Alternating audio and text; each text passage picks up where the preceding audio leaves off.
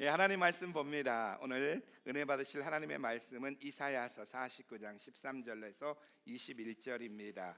구약 성경 1027페이지고요. 주보를 참조하셔도 좋습니다. 우리 이사야서 49장 13절입니다. 제가 읽고 우리 성도님들이 한 절 읽고 교독합니다. 13절입니다. 하늘이여 노래하라, 땅이여 기뻐하라, 산들이여 즐거이 노래하라.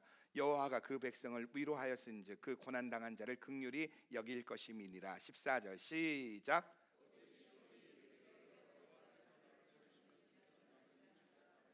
여인이 어찌 그 전 먹는 자식을 잊겠으며 자기 태에서 난 아들을 긍휼히 여기지 않겠느냐. 그들은 혹시 잊을지라도 나는 너를 잊지 아니할 것이라. 네 자녀들은 속히 돌아오고 너를 헐며 너를 황폐하게 하던 자들은 너를 떠나 가리라.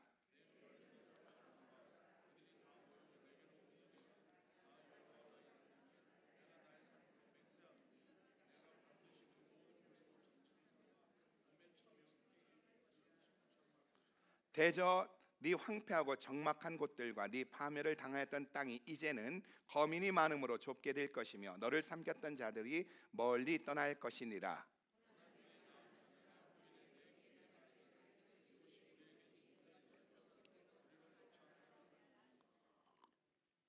같이 있습니다. 그때 네 심중에 이르기를 누가 나를 위하여 이 무리를 낳았는고 나는 자녀를 잃고 외로워졌으며 사로잡혔으며 유리하였거늘 이 무리를 누가 양육하였는고 나는 홀로 되었거늘 이 무리는 어디서 생겼는고 하리라. 아멘. 함께 읽으신 말씀을 가지고 믿으면 보입니다. 믿으면 보입니다. 이런 제목을 가지고 은혜를 나누고자 합니다. 우리가 살고 있는 이 세상은 참으로 불합리한 일도 많고요, 마음에 들지 않는 일도 가득합니다. 시편 73편에 보면은 시편 기자가 그랬습니다.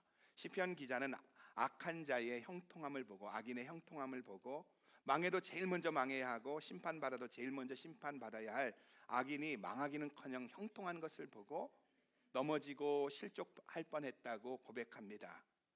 나쁜 사람인데, 악한 사람인데 형통한 것을 보고 그래도 죽을 때만큼 고통스럽게 죽겠지, 악인이니까 넘어져도 다시 다리는 부러지겠지, 그렇게 하고 봤는데 80 노인이 되었는데도 자깅하고 있더라는 거예요.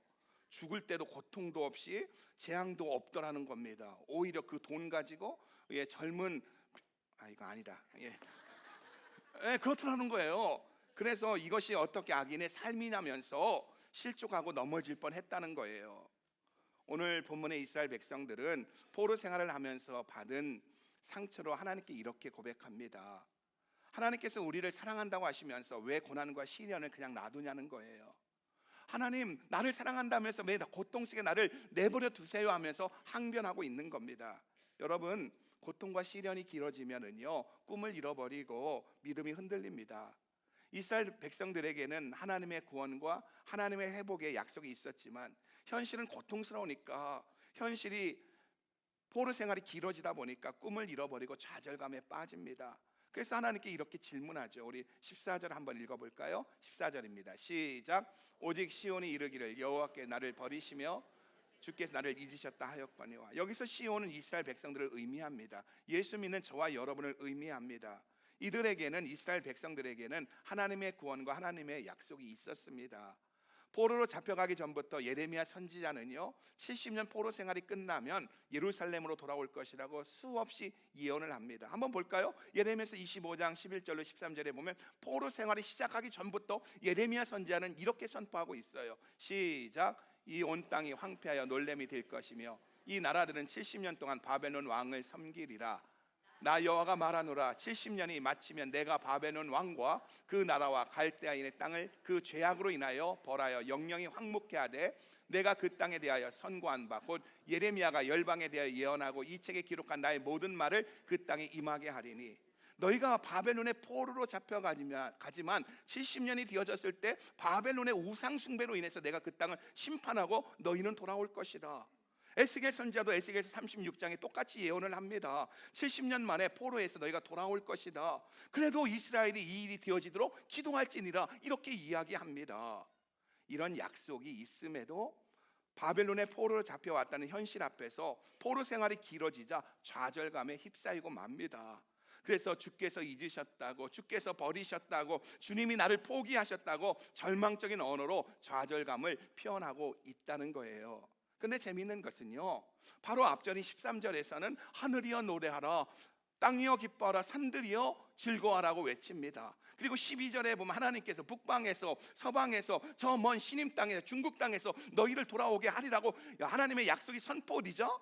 하늘이여 노래하라, 땅이여 기뻐하라, 산들이여 즐거워하라고 외치면서 희망의 메시지를 선포합니다.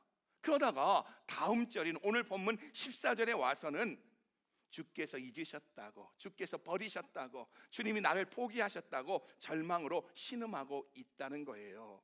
그러니까 이스라엘 민족은 하나님의 구원과 회복에 대한 약속이 있었음에도 불구하고 현실이 너무 힘드니까, 현실이 너무 고통스러우니까 부정적이고 절망적인 말을 하고 있다는 겁니다.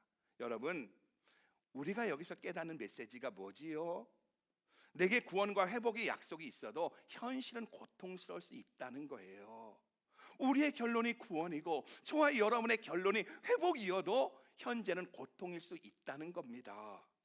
그러기에 또 하나의 메시지는요, 아무리 힘들고 어려워도, 현실이 힘들고 어려워도 희망을 버려서는 안 된다는 거예요. 어떤 상황에서도 희망을 버리지 말라는 겁니다. 다시 말해 희망을 붙드는 것이 축복이고 믿음이 축복인 줄 믿으시기 바랍니다. 이스라엘 백성들은 고통과 시련 앞에서 부정적인 말을 했습니다. 주께서 잊으셨다고, 주님이 나를 버리셨다고 부정적인 말을 했습니다. 여러분, 부정적인 말을 하면요, 미래가 닫힌다는 것을 잊지 마시기 바랍니다. 잊지 마세요. 내 입에서 부정적인 말을 하는 순간 미래가 닫힌다는 거예요. 그러나 끝까지 하나님을 붙잡고 나가면 절망이 희망으로, 죽음이 생명으로 바뀌는 줄 믿으시기 바랍니다. 주께서 나를 잊으셨다, 주님이 나를 버리셨다, 현재의 고통 때문에, 현재의 아픔 때문에 하나님이 나를 잊으셨다고 절망적인 탄식에 하나님의 대답은 이렇습니다. 우리 15절 읽어봐요. 시작.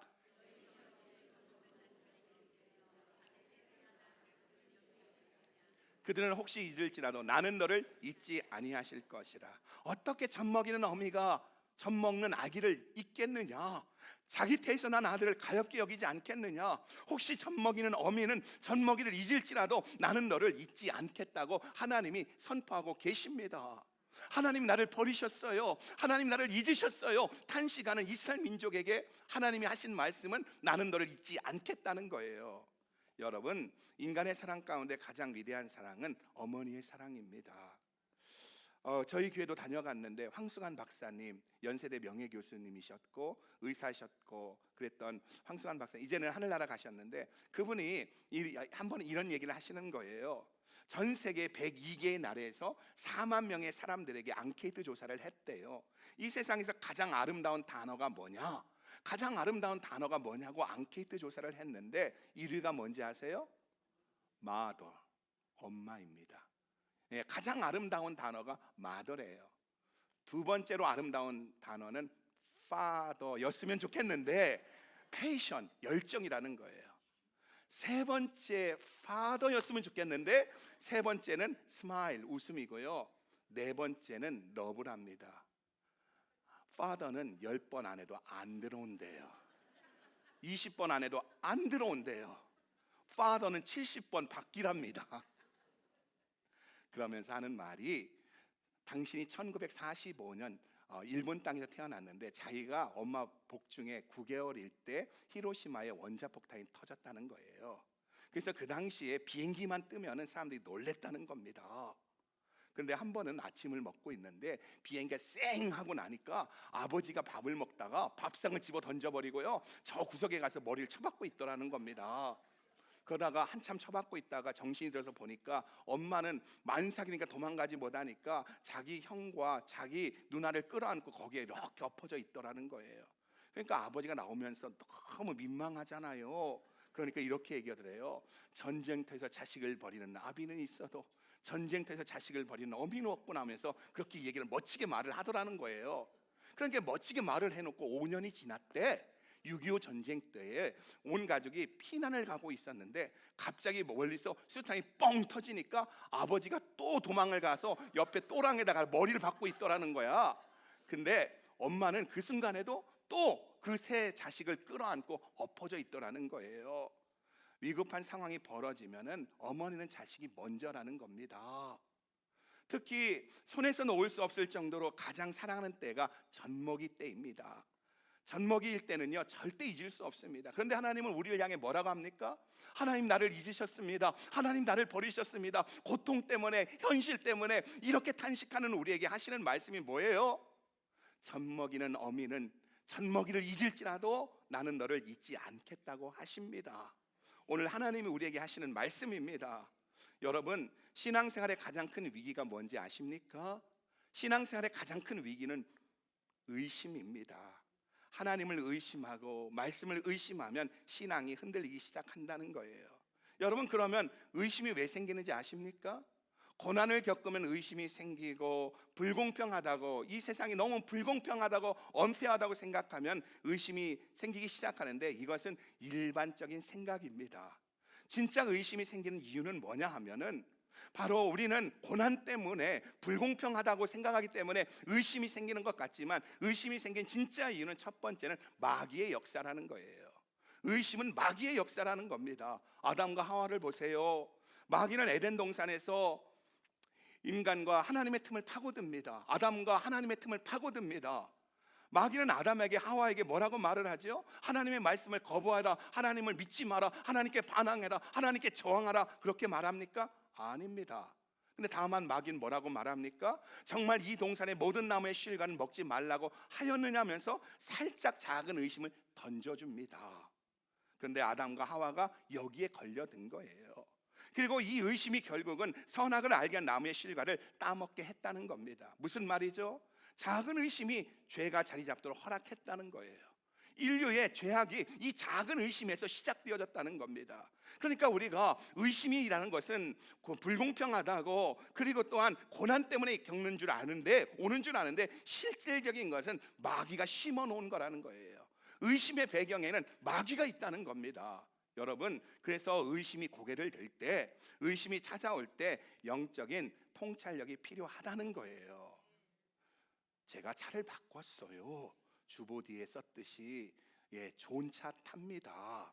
그럴 때 여러분, 주보디에 글을 읽으셔야 돼요. 목사님이 교회 좀 성장했다고 좋은 차 탄다고 그렇게 시험에 들면 안 됩니다. 사단은 그렇게 할 거예요. 내가 왜 이 얘기하는지 모르겠지만, 원고에도 없는 얘기지만, 여러분, 그렇다고 해서 또 이거 보니까 어떤 분들은 그러더라고요. 그걸 읽고 윤 장로님을 찾아간대. 나도 똑같은 플랜으로 차를 달라고.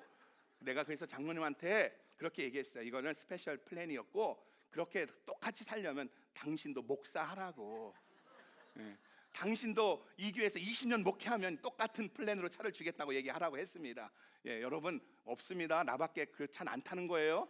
똑같은 플랜 없습니다. 자, 주여, 내가 왜 이 얘기했는지 모르겠지만, 의심의 출처가 어디인지, 여러분, 의심이 내게 찾아올 때 의심의 출처가 어디인지, 의심이 나를 끌고 가는 것이 어디인지 분별해야 한다는 거예요. 결코 의심은 요란하게 들어오는 것이 아니라 조용하게 자리 잡는다는 것을 잊지 마시기 바랍니다. 그리고 두 번째는요, 의심은요 무지에서 온다는 거예요. 성경을 알지 못하고, 성령님을 알지 못하고, 막연하게 내 추측으로, 내 생각으로, 내 감정으로 신앙생활하면 의심이 생긴다는 겁니다. 성경과 하나님을 오해하게 된다는 거예요. 그래서 의심의 배경에는 우리가 성경을 알지 못하고 성령님을 알지 못할 때 온다는 겁니다. 그래서 우리가 말씀 공부해야 하고요, 제자 훈련 받는 것이 중요한 겁니다. 더 나아가 성령 세례 받는 것이 중요하다는 거예요.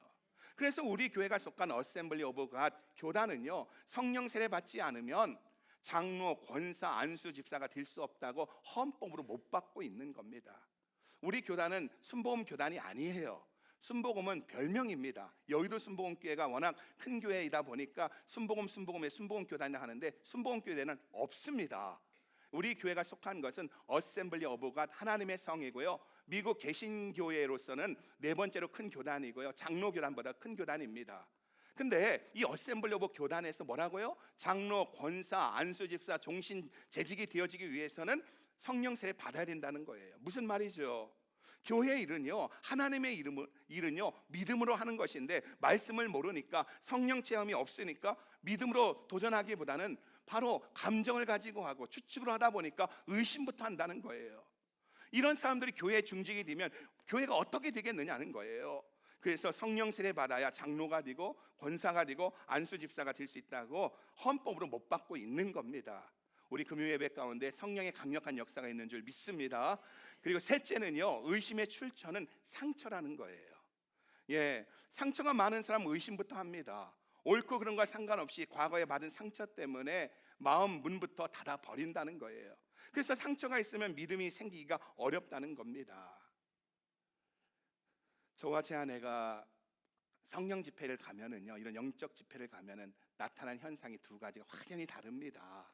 이렇게 누군가 기도해주고 성령님의 그런 사모함 속에서 제 아내는 금방 누군가 기도만 하고 지나만 가도 퍽 쓰러져 있습니다.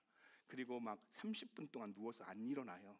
그래서 이제 30분 만에 일어나면 제가 뭐 봤어? 천국 갔다 왔어? 그러면 그런 거 뭐 없다고 하면서 아무 말 안 합니다. 저 궁금해요. 근데 저는요, 와서 막 손을 얹고 기도하고 밀어도 안 넘어갑니다. 저는 밀어도 얼마나 제가 자아가 강한지 안 넘어가요. 근데 왜 그럴까 가만히 생각해 보니까 아버지의 자화상에서 시작된 거예요. 저희 아버지는요, 지금은 하늘나라 가셨고 생각할 때마다 참 감사한데, 제가 제 속에 있는 상처 중에 하나가 뭐냐면 아버지의 잘못된 그릇된 자화상입니다. 저희 아버지는 술을 너무 좋아하셨어요. 그래서 제 기억 속에, 어렸을 때 기억 속에는 아버지가 술을 안 먹은 시간보다 술 취한 시간이 훨씬 더 많은 거예요. 아버지의 기억은 항상 약주 드시고 마루에 누워있던 모습만 기억이 납니다. 그리고 맛있는 것이 있으면 이렇게 놓고 아버지가 드시면서 하셨던 아버지의 논리는 뭐냐면, 너희들은 오래 살 거니까 나중에 먹을 일이 있으니까 모든 것은 내가 먼저 먹어야 된다, 그런 거예요. 그런데 제가 장가를 들고요, 처갓집에 갔더니 제 아내가 20대고 처남이 20대인데 장인어른은요 갈치를 갖다 놓더니 갈치를 어떻게 하냐면 가시를 다 발라내는 거예요. 그리고 20대인 아들과 딸에게 그걸 갖다 주는 거예요. 내가 얼마나 충격을 받았는지. 이건 문화 충격입니다. 문화 충격. 그러니까 무슨 말이냐, 저는 아버지 할 때 다가오는 것이 상처입니다. 그리고 무능력하시고 책임감을 다하는 모습이었다면, 제 아내는 아버지 하면 항상 희생하고 헌신하고 보듬어주는 모습이었다는 거예요. 그것이 영적 생활에서도 저는 어떻게 하냐면, 그 하나님의 임재 앞에 나갈 때, 아버지 할 때 그것이 깊게 못 들어가게 하는 거예요. 근데 제 아내는 그것을 깊게 들어갈 수 있는 매개체가 되더라는 겁니다. 여러분, 상처가 있으면 믿음이 생기기가 어렵다는 겁니다. 또 상처는요, 자존심으로, 잘못된 고집으로 연결된다는 거예요. 그래서 무조건 반대합니다. 어떤 사람 믿지 않기로 작정합니다. 또 어떤 사람 상처 때문에 어떻게 그렇게 해석하는지 이해가 안 가요. 완전 소설가입니다. 여러분, 우리 안에 있는 자존심, 우리 안에 있는 고집, 편견, 무지의 세력들을 무너뜨리길 바랍니다. 말씀과 하나님의 약속을 믿을 때 미래가 열리고 능력의 사람이 된다는 사실 앞에서 우리 모두가 믿음의 사람, 긍정의 사람이 다 되시길 주 예수 그리스도의 이름으로 축복합니다. 마태복음 14장에 보면은 풍랑 가운데 제자들이 괴로이 노를 저을 때 예수님이 무리를 걸어오십니다. 그러자 베드로가 무리를 걸어오시는 예수님을 향해 뭐라고 말하죠? 주여, 만일 주시여든 나로 무리를 걷게 하소서. 그러자 예수님이 오라고 하는 겁니다. 그러자 베드로가 무리를 걸어 예수님께 갑니다. 예수님을 바라보며 막 걸어가다가 한참 제정신이 번뜩 드는 거예요. 어머, 내가 물 위에 서 있네 하며 고개를 들려 파도를 보고요, 그리고 또한 물을 보는 그 순간 물에 빠집니다. 무슨 말이죠? 베드로가 예수님을 바라보고 있을 때는 무리를 걸었습니다. 그러나 바람을 보고 파도를 보았을 때는 물에 빠졌다는 거예요. 다시 말해서 우리가 어떤 믿음을 갖느냐, 예수님을 보느냐, 환경을 보느냐에 따라서 우리 인생도 두 가지로 갈라진다는 거예요. 정말 우리가 예수를 본다면 우리가 무리를 걸어갈 수 있지만, 환경을 보면 물에 빠진다는 겁니다. 다시 말해 우리는 물에 빠질 수도 있고요, 무리를 걸을 수도 있다는 거예요. 이 시간, 피해갈 수 없는 이 시간, 옆 사람의 눈을 보고선 인사 한번 합니다. 서로 한번 인사할 때, 당신은 물에 빠지셨습니까? 물 위를 걸어갑니까? 시작. 뭐 뻔한 대답이지만 한명숙 권사님은 물 위를 걷는 것 같아요, 물에 빠진 것 같아요? 물 위를 걷기를 주의 이름으로 축복합니다. 그래서 야고보서 1장 6절에서 사도 야고보는 우리에게 이렇게 말하는 겁니다. 같이 읽어봐요. 시작. 오직 믿음으로 구하고 의심하지 말라는 거예요. 여러분, 나무를 심으면은요, 한 자리에 오래 두어야 합니다. 나무를 심어놓고 불안해서 다른 데로 옮기면 결국 나무는 죽어요. 제가 어렸을 때 농사꾼 자식답게 아버지 어머니가 고구마 농사를 지으면은요, 저도 한 두둑을 달라 해서 제가 고구마를 제고구마라는 명의로 심어본 적이 있습니다. 근데 고구마를 심어놓고요, 궁금한 거예요. 못 참겠는 거예요. 그래서 틈만 나면 가서 이렇게 뿌리를 이렇게 파보는 겁니다. 그리고 파봤다가 없네, 덮어놓고, 그리고 나중에 좀 있다 며칠 있다가 또 가서 또 파보고 없고, 그렇게 하다 보니까요, 나중에는 저희 부모님이 심어놓은 거는 이 넝쿨이 푸릇푸릇하며 쭉쭉 뻗어나가는데 제가 심어놓은 건 노릿노릿해지는 거예요. 왠지 아십니까? 자꾸 파보니까. 여러분, 한 곳에 나무를 심었으면은요, 물과 비를 주고 기다려야 합니다. 시간이 필요한 겁니다. 믿음에는 인내와 기다림이 필요하다는 거예요. 하나님의 말씀은 인내를 갖고 기다려야 한다는 거예요. 그러면 반드시 열매를 맺는다는 겁니다. 하나님의 약속을 믿고 기다리면 반드시 열매를 맺는 줄 믿으시기 바랍니다. 성경에는요, 의심하지 말란 말이 많이 나옵니다. 믿고 구한 것은 받은 줄로 믿어라. 믿음으로 의심치 않으면 이 산더러 들려 바다에 던지어라면 그렇게 될 것이다. 또 뭐라고 말씀하십니까?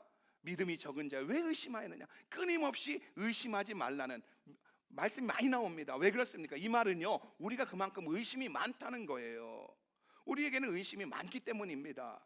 여러분, 우리를 위해, 저와 여러분을 위해 자기 아들을 십자가에 내어주신 하나님께서, 자신의 아들을 십자가에 못 박혀 물과 피를 다 쏟고 죽게 하신 하나님께서 우리를 위해 무엇을 아끼겠느냐는 거예요.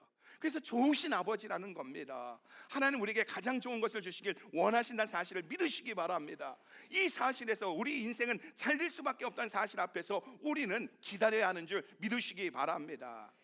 그러면서 오늘 본문 48장 17절에 보면 하나님은 이런 하나님이다 이렇게 이야기합니다. 같이 한번 읽어봅니다. 시작. 너희의 구속자시여 이스라엘의 거룩하신 자이신 여호와께서 가라사대 나는 네게 유익하도록 가르치고 너를 마땅히 행할 길로 인도하는 너희 하나님 여호와. 우리 하나님은 어떤 분이시라고요? 저와 여러분이 예배하는 하나님 어떤 분이라고요?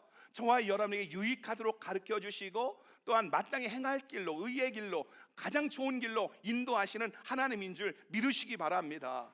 이와 같이 하나님은 우리의 길을 인도해 주신다고 하시면서 오늘 본문에 보면 의심하는 이스라엘 백성들에게 절대로 잊지 않겠다는 걸 가르쳐 주시기 위해서 젖먹이는 어미는 젖먹이를 잊을지라도 나는 너희를 잊지 않겠다고 하시면서 16절에 보면은 너희의 이름을 내 손바닥에 새기겠다 이렇게 말씀하십니다. 같이 한번 읽어봐요. 16절 시작. 내가 너를 내 손바닥에 새겼고 너의 성벽이 항상 내 앞에 있나니. 여기에 보면 하나님은 저와 여러분을 잊지 않으려고, 나는 고통 속에서 현실 속에 하나님 나를 잊으셨습니다, 나를 버리셨습니다, 나와 상관없습니다 이렇게 말하고 있지만 하나님은 잊지 않겠다고 하면서 내 이름을 내 손바닥에 새겼다 이렇게 말씀하고 있는 줄 믿으시기 바랍니다. 다시 말해 손바닥에 새겼다는 것은 잊지 않겠다는 것이고 너는 내 소유라는 거예요. 그래서 아가서에 보면, 아가서 8장에 보면은 그 신랑과 신부의 노래, 신랑이신 예수님과 신부인 우리의 노래 속에 뭐라고 말씀하고 있지요? 너는 나를 도장같이 네 마음에 새기고 나를 팔에다 도장같이 새겨라 이렇게 말합니다. 마음에도 도장을 찍고 팔에도 도장을 찍듯이 너는 내 거다 이렇게 말씀하고 있다는 거예요. 그리고 오늘 16절에 보면 너희의 성벽이 항상 내 앞에 있다고 하십니다. 무슨 말이죠? 하나님께서 항상 지켜보시겠다는 거예요. 예루살렘 성벽이 주님 앞에 있듯이 하나님은 우리를 지켜보겠다는 겁니다. 아멘.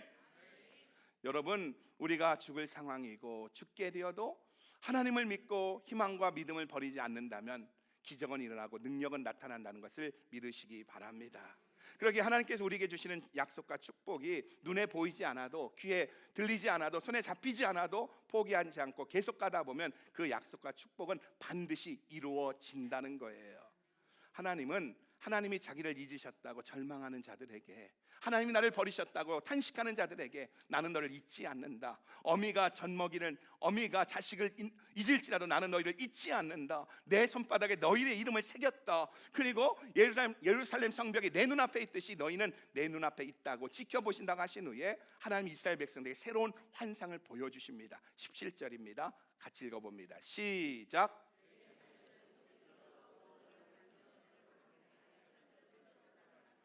무슨 말이죠? 네 자녀들은 돌아오고 있고 너를 황폐하게 하던 세력이 떠난다는 거예요. 현실은 아직 모르지만, 현실은 아무 일도 일어나고 있지 않지만 곧 약속이 이루어진다는 거예요. 우리를 괴롭히던 사람들은 곧 떠난다는 겁니다. 저와 여러분을 괴롭히던 상황과 환경이 지금 떠날 준비를 하고 있다는 거예요. 우리는 모르지만, 우리 눈에는 아직 안 보이지만 그들은 떠날 준비를 하고 있음과 동시에 어떻다고요? 축복의 세력이, 하나님의 구원이 점점 내게로 다가오고 있다는 거예요. 보라는 겁니다. 자, 그러면서 18절과 19절은 이렇게 말하고 있습니다. 같이 읽어봅니다. 시작. 네 눈을 들어 사방을 보라. 그들이 다 모여 내게로 오느니라. 나 여호와가 이르노라. 내가 나의 삶으로 맹세하노니 네가 반드시 그 모든 무리를 장식을 삼아 몸에 차며 뛰기를 신부처럼 할 것이라. 대저 네 황폐하고 적막한 곳들과 네 파멸을 당하였던 땅이 이제는 거민이 많음으로 좁게 될 것이며 너를 삼켰던 자들이 멀리 떠날 것이니라. 잊지 않겠다. 너는 항상 내 앞에 있다. 그렇게 말씀하시고 너를 괴롭히던 세력은 떠날 준비를 하고 있고 축복은 너에게 올 것이다 하시면서 18절과 19절에 사방에서 돌아오되 하나님은 그들을 신부처럼 온갖 장식으로 꾸밀 거라고 합니다. 무슨 말이죠? 하나님 우리를 회복시키시되 꾸질꾸질하게 회복시키는 것이 아니라 장신구로 꾸미든 멋진 장신구로 꾸미든 우리의 인생을 멋지고 황홀하고 하나님의 그 약속하신 대로 멋지게 회복시켜 준다는 거예요. 또 땅이 좁아질 정도로 모여들 것이다. 보세요. 이것은 17절보다 좀 더 구체화된 표현입니다. 17절에는 너를 괴롭히던 자들이 떠날 거야. 회복이 올 거야. 그런데 18절과 19절에 보면은 장신구로 꾸미듯 회복되어지고 또한 어떻다고 정말 땅이 좁아질 정도로 모여들 것이라고 말씀합니다. 무슨 말이죠? 저와 여러분이요 하나님의 약속을 붙들고 있으면은요 하나님의 축복의 그림자가 조금씩 구체화된다는 거예요. 우리가 믿음의 길을 걷기 시작하면, 믿음으로 계속 행진하면 하나님의 그 약속이 좀 더 구체적으로 내게 다가온다는 겁니다. 믿음을 가진 사람에게는 하나님의 약속이 점점 구체적으로 다가오고 구체적으로 보인다는 사실을 믿으시기 바랍니다. 그래서 믿음을 가진 사람에게는 문이 열리고요, 생각이 열리고요, 인생이 열린다는 거예요. 그러나 믿음이 없는 사람은 보이지가 않는다는 겁니다. 이것이 보인다면, 하나님께서 내 인생 가운데 약속하신 대로 이끌어 가심이 조금씩 구체적으로 보인다면 이미 하나님의 축복이 내게 오기 시작한 줄 믿으시기 바랍니다. 그러면서 20절 같이 읽어봅니다. 20절입니다. 시작. 고난 중에 낳은 자녀가 후일에 네게 말하기를 이곳이 우리에게 좋으니 넓혀서 우리로 거처하게 하리라. 여러분, 다시 말합니다. 속썩이던 남편이, 교회에게만 한 뒤집어지던 남편이 어느 날 너 교회 가니? 나도 한번 가보고 싶다. 이렇게 얘기하면은요, 이건 뭐 사인인 거예요. 하나님의 약속이 구체적으로 내게 다가오는 거예요. 예, 그러니까 여러분, 그런 어떠가 하라고요? 더욱더 믿음으로 전진하라는 겁니다. 그러면서 20절에 보면은 이렇게 말씀하고 있잖아요. 여러분, 벌써 우리가 5월 달입니다. 엊그제 신년 기도를 한 것 같은데 2023년 절반이 지나가고 있습니다. 근데 환경적으로 변한 것이 별로 없어요. 똑같은 옷 입고 똑같은 침대에서 자고 똑같은 직장에 똑같은 동료들과 살아갑니다. 저만 차가 바뀐 겁니다. 아내의 바가지는 똑같고요, 남편의 이기점은 똑같습니다. 달라진 게 없어요. 이런 상황에서 잘 살아가는 방법이 무엇인 줄 아세요? 조금도 변하지 않은 이 세상 속에서 저와 여러분이 잘 살아가는 방법이 뭔지 아세요? 그것은 하나님의 약속을 보는 겁니다. 하나님의 비전과 꿈을 보는 거예요. 하나님의 계획을 깨닫는 겁니다. 그때 하나님은 우리 인생을 하나님의 꿈으로, 하나님의 계획으로 인도해 주신다는 겁니다. 지금 내 인생이 광야여도 하나님의 인도하심 속에 있으면 홍해는 갈라집니다. 광야여도 하나님의 인도하심 속에 있다면 샘이 터지고요, 만나를 내려주십니다. 여리고성은 무너질 겁니다. 기적의 연속이라는 거예요. 그러면서 20절과 21절은 우리에게 보여주는 이중적 예언의 성취를 보여주고 있습니다. 여러분, 언젠가 수요 예배 때 나누었지만 예언은 이중적입니다. 하나님의 그 약속은요, 당대에 이루어질 일이 있고요, 또 하나는 후에 예수님의 초림과 예수님의 재림과 연결되어진다는 거예요. 그리고 초대교회의 그 성령 세례로 이어진다는 겁니다. 그래서 모든 예언은 이중적입니다. 그래서 오늘 1차적으로 20절과 21절의 예언은요, 이스라엘의 회복을, 포로 귀환을 말하고 있지만 2차적으로는요, 신약시대의 사도행전의 부흥과 요한계시록에 나오는 예수님의 지상재림과 함께 이루어질 영원한 하나님 나라를 보여주고 있다는 거예요. 이 말씀대로 하나님은 포로로 흩어졌던 이스라엘 백성들을 예루살렘으로 돌아오게 하셨습니다. 또 땅이 좁아질 정도 돌아오게 하셨습니다. 우리가 지난번에 우리 성도님들과 함께 이스라엘을 방문했는데 보십시오. 에티오피아에서, 우크라이나에서, 헝가리에서 수많은 유대인들이 돌아오고 있습니다. 지금도 계속 돌아오고 있어요. 그리고 이 말씀대로 신약시대의 사도행전적 부흥이 왔다는 거예요. 이 부흥은요, 예루살렘을 시작해서 노마를 지나고 유럽을 지나고 미국을 지나고 한국과 중국을 지나서 예루살렘으로 계속 서진하고 있다는 겁니다. 여러분, 전혀 생각하지 못했던 사람들이 돌아오고 있다는 걸 아세요? 생각하지 못했던 남미에서 아프리카의 부흥운동이 일어나고요, 불교권에서, 힌두권에서, 이슬람권에서 몰려오고 있다는 것 아십니까? 전 세계에서 복음화율이 가장 빠른 곳이 어디냐? 사우디아라비아하고 지금 이란입니다. 사우디아라비아는 이슬람 수니파의 종주국이고요, 그리고 또한 이란은 시아파의 종주국입니다. 거기는 가장 핍박이 강한 나라이면서 동시에 가장 복음화율이 빨리 성장하고 있습니다. 무슨 말입니까? 하나님의 예언의 성취가 이루어지고 있다는 거예요. 이사야가 이것을 본 겁니다.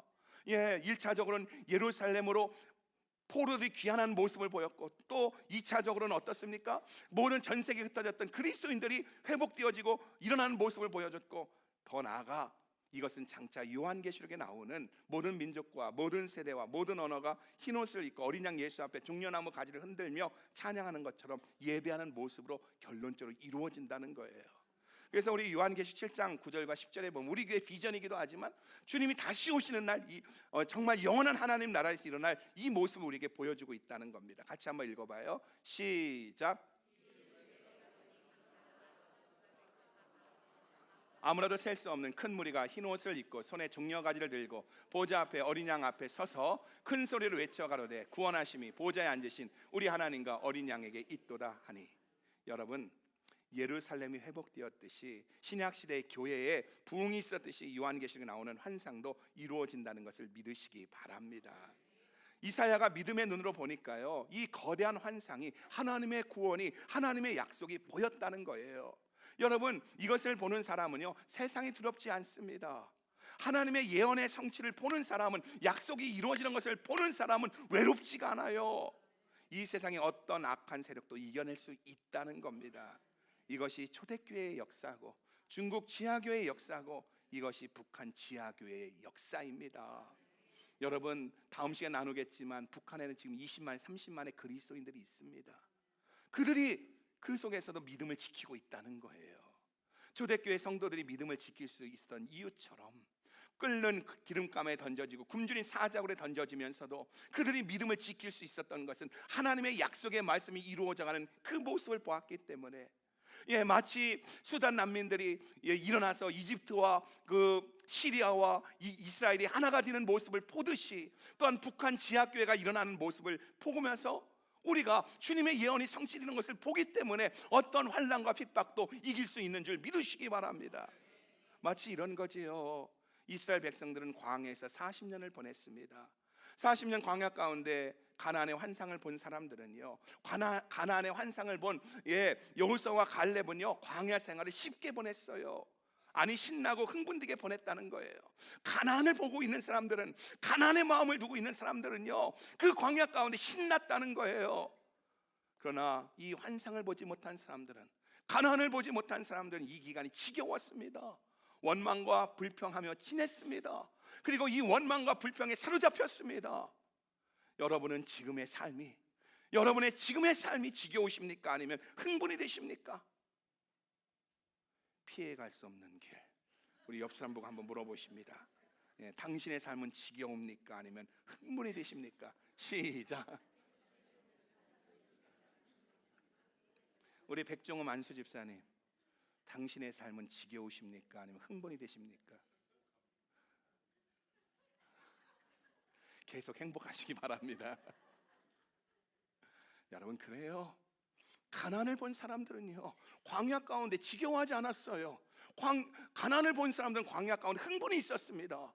그러나 가난을 보지 못한 사람들은, 광야만 본 사람들은 광야에서 불평하며 지내다가 광야에 사로잡히고 말았다는 겁니다. 우리 21절 계속 봅니다. 마지막 21절 같이 읽어봅니다. 시작. 나는 자녀를 잃고 의로워졌으며 사로잡혔으며 유리하였거늘 홀로 되었거늘 이 무리는 어디서 생겼는고 하리라. 여러분, 내가 낳은 것도 아니고요, 내가 기른 것도 아니고요, 불러온 것도 아닌데 하나님의 사람들이 몰려오고 있다는 겁니다. 열방에서 하나님의 사람들이 예수 이름 앞에 몰려오고 있다는 겁니다. 여러분, 믿음을 가지고 보니까 얼마나 구체화됩니까? 하나님의 약속이 얼마나 흥분이 됩니까? 믿음을 가지고 보면 모든 것이 흥분이고 구체화되어집니다.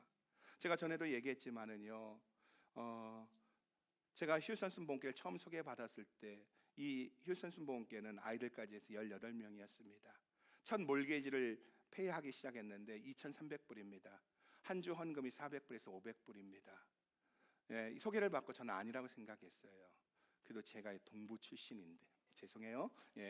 그러면서 아니야 그랬는데 엎드려 기도하는데 하나님이 에스겔서 37장의 말씀으로 인도합니다. 하나님의 말씀이 대언되어질 때 휴선 땅이 군대로 일어날 것이다. 하나님의 말씀이 선포되어질 때 이 땅이 거룩하게 되어질 것이다. 너무 강력하게 주셨어요. 그래서 그 약속을 믿고 왔습니다. 그리고 왔는데 현실은 현실입니다. 기도하면은 부흥이 일어날 것 같고, 기도하면 성도들이 몰려올 것 같은데 눈을 뜨면 힘듭니다. 어렵습니다. 너무 답답해요. 근데 어느 날이었습니다. 이러기를 1년, 2년, 한 3년쯤 지났을 때입니다. 3년 정도 되어졌을 때 기도하면은 하나님께 다 이루어 주신 건데 눈 뜨면 현실이고 너무 답답해서 이 좀 시원한 공기라도 좀 마셨으면 좋겠다 하고 어떻게 합니까? 그래서 이 플랫한 이 땅에서 시원한 공기 맞을 수가 없어서 사다리 갖다 놓고 교회 지붕 위로 올라갔습니다. 이 성전이 아닙니다. 옛날 성전은 좀 나지막했어요. 사다리 놓고 올라갔습니다. 올라가서 시원하다 이렇게 하는데 갑자기 휴선 땅에 오면서 주셨던 약속의 말씀이 생각이 나는 겁니다. 그래서 제가 북쪽으로 갔어요. 그리고 그 교회 예배당 지붕 위에 맨 북쪽에 가서 외쳤습니다. 휴선의 모든 영혼은 휴선 순복음교로 몰려올지어다. 휴선 순복음교는 군대로 일어날지어다. 좀 시원해지는 것 같아요. 그래서 다시 남쪽으로 갔습니다. 동서남북 다 해야 되잖아요. 그래서 남쪽을 향해서 휴선 순복음교는 군대로 일어날지어다 하고 했어요.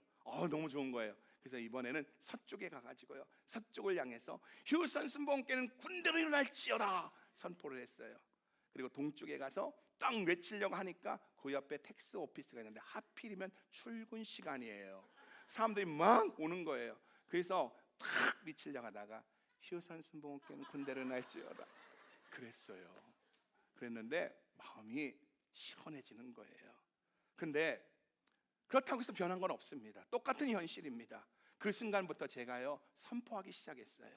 어떤 상황에서도, 어떤 어려움 속에서도 하나님의 약속을 정말 휴선 땅에 보내면서 에스겔서 37장에 주셨던 그 약속을 선포하기 시작했어요. 휴선 순복음교는 군대로 일어날지어다.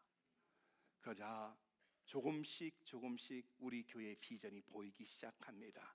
All nation, all generation, all language의 비전이 보이고 그 비전을 향해서 가는 우리 교회의 걸음걸음이 보입니다. 하나님께서 반드시 우리 교회를 그 비전대로 이루실 줄 믿습니다. 여러분, 오늘 병에 걸렸어도 두려워하지 마세요. 사업이 어려워도, 부도 위기에 있어도 두려워하지 마시기 바랍니다. 병원에서 암이라고 해도 두려워하지 마시기 바랍니다. 사람의 말에 두려워하지 마시기 바랍니다. 환경을 두려워하지 마시고 하나님의 약속이, 하나님의 환상이, 하나님의 꿈이 없는 것을 두려워하십시오. 저와 여러분이 두려워할 이유는 오직 한 가지입니다. 다른 어떤 것이 아니라 내 안에 하나님의 약속이 요동치지 않는 곳 있음에 두려워하시기 바랍니다. 다시 말해 우리가 두려워할 것은요, 경제 문제보다, 건강 문제보다 나에게 믿음이 없고 환상이 없는 겁니다. 오늘 하나님 말씀하십니다. 나는 너를 잊지 않는다. 내 손에 네 이름이 새겨져 있다. 내 눈이 너를 바라본다. 의심을 버려라. 믿음을 가져라. 믿음의 눈으로 바라보면 하나님의 환상이, 하나님의 약속이 보일 것이다. 그리고 그것은 너에게 구체적으로 다가올 것이다. 오늘 여러분의 두 눈에 하나님의 약속이 이루어짐이 보이고 있는지요? 사도행전 2장에 보면은 예수님의 제자들이 성령 세례를 받고 나가서 거리에 나가서 복음을 전하기 시작합니다. 성령 충만에 가는 곳마다 사람들마다 만나는 사람들마다 각종 방언으로 복음을 전하기 시작합니다. 그러자 복음을 받은 사람들이 제자들에게 물어요. 우리가 어찌할꼬? 어떻게 살아야 됩니까? 우리가 어떻게 해야 되겠습니까? 그러자 베드로가 이렇게 말합니다. 사도행전 2장 38절과 39절입니다. 시작. 베드로가 가로되 너희가 회개하여 각각 예수 그리스도의 이름으로 세례를 받고 죄 사함을 얻으라. 그리하면 성령을 선물로 받으리니 이 약속은 너희와 너희 자녀와 모든 먼데 사람 곧 주 우리 하나님이 얼마든지 부르시는 자들에게 하신 것이니라. 성령으로 충만함을 받아라. 회개하고 성령으로 세례를 받아라. 이것은 모든 사람에게 약속하신, 모든 믿는 자에게 약속하신 하나님의 언약이다. 우리가 어찌할꼬? 성령으로 세례를 받아라. 그러면서 하신 말씀이 말세에 내가 내 영으로 남종과 여종에게 성령을 물붓듯이 부어주리니 너희의 자녀들은 예언할 것이요 너희의 젊은이는 환상을 보고 너희의 늙은이는 꿈을 꾸리라. 오늘 우리가 성령으로 충만할 때 하나님의 꿈을 꿀 수 있는 줄 믿으시기 바랍니다. 우리가 성령으로 충만할 때 하나님의 눈이 회복됨을 믿으시기 바랍니다. 성령 세례 받아야, 성령 충만 받아야 하나님의 환상과 약속이 보인다는 거예요. 그리고 그것이 나에게 구체적으로 다가옴을 볼 수 있다는 겁니다. 결론을 말씀드립니다. 우리 하나님은 우리를 보호하고 계십니다. 우리를 괴롭히던 저주의 세력은 떠날 준비를 했고요, 하나님의 축복이 다가오고 있음을 보시기 바랍니다. 이 믿음을 가지고 흔들리지 마시기 바랍니다. 믿음의 길을 가다 보면 요단강 갈라질 거예요. 여리고성은 무너질 것입니다. 우리 모두가 한 주간을 살면서 하나님의 약속이 이루어짐을 더 구체적으로 볼 수 있기를 주의 이름으로 축복합니다. 여러분, 한 주간을 믿음으로 전진하고 믿음으로 기도하다 보니 하나님께서 내 생애 가운데 약속하신 그 약속들이 이루어짐을 볼 수 있는 한 주간 되어지길 주의 이름으로 축복합니다. 기도하겠습니다.